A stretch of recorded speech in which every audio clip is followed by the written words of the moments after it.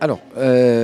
en complément de ce qui a été lors de la conférence, pour nous, ce symposium, donc cette édition spéciale de Smart City Casablanca, s'inscrit dans le cadre je dirais, d'une réponse à cette pandémie qui a marqué le monde et le Maroc en particulier. C'est de pouvoir mettre en avant toute cette capacité du Marocain qui a pu faire face à toutes les contraintes, à toutes les difficultés que engendrait le respect je dirais des mesures sanitaires et de pouvoir justement montrer qu'on a été capable de résister et en utilisant tout simplement une des composantes principales de Smart City telle que ça a été prôné depuis 2016, c'est-à-dire la transformation numérique. Et aujourd'hui Casablanca, comme un aboutissement de cette transformation, puisque comme vous le savez, Casablanca a opté pour un nouveau schéma directeur de transformation numérique depuis 2012. C'est un projet de longue haleine. Il devra aboutir, Inch'Allah, en 2022. Mais pour nous déjà, on touche les premiers résultats, les premiers aboutissements, puisqu'il y a un certain nombre de services communaux qui ont été complètement dématérialisés. Et aujourd'hui, le citoyen casablancais, pour utiliser, pour avoir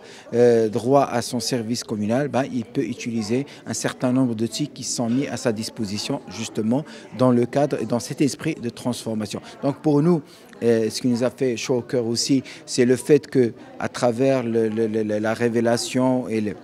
du rapport de la commission spéciale sur le nouveau modèle de développement du Maroc, l'axe de transformation numérique, c'est un des principaux axes retenus. Et donc pour nous, ça veut dire qu'on était vraiment sur la bonne voie. Et là, il ne reste plus qu'à renforcer cette présence et je dirais, plus que essayer, c'est de pouvoir transformer tout ce qui a été fait jusque-là en vrai résultat palpable pour le citoyen. Et je suis très confiant parce que je sais que le schéma directeur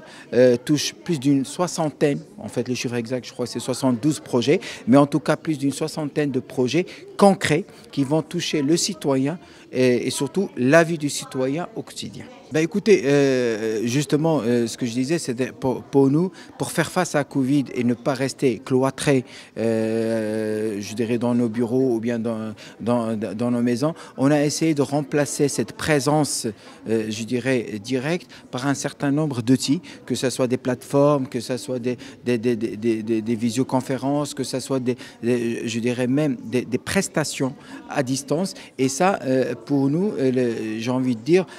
chaque chose malheur est bon, c'est-à-dire que c'est finalement dans ce besoin de faire face à cette pandémie qu'on a fait preuve de beaucoup d'imagination. Et le Marocain, alhamdoulilah, je le dis avec beaucoup de fierté, le Marocain a toujours fait preuve d'une grande innovation, surtout face à la diversité, et je pense qu'on ne trouverait pas un adversaire aussi virulent que la pandémie Covid-19, et donc alhamdoulilah, je pense qu'on en sort plutôt gagnant et victorieux, et Inch'Allah Rahman Rahim. Je suis convaincu que lors de l'édition, Inch'Allah, la semaine prochaine, le 9 et 10 juin, on va partager avec vous un certain nombre de réalisations à ce niveau-là, puisqu'il y a tout un volet, une plénière qui sera dédiée aux transformations digitales, transformations numériques. Et l'idée était non pas de rester sur justement de la théorie, mais surtout partager avec vous des cas concrets de réalisation, de workshops, de cas qui ont touché le citoyen dans son quotidien.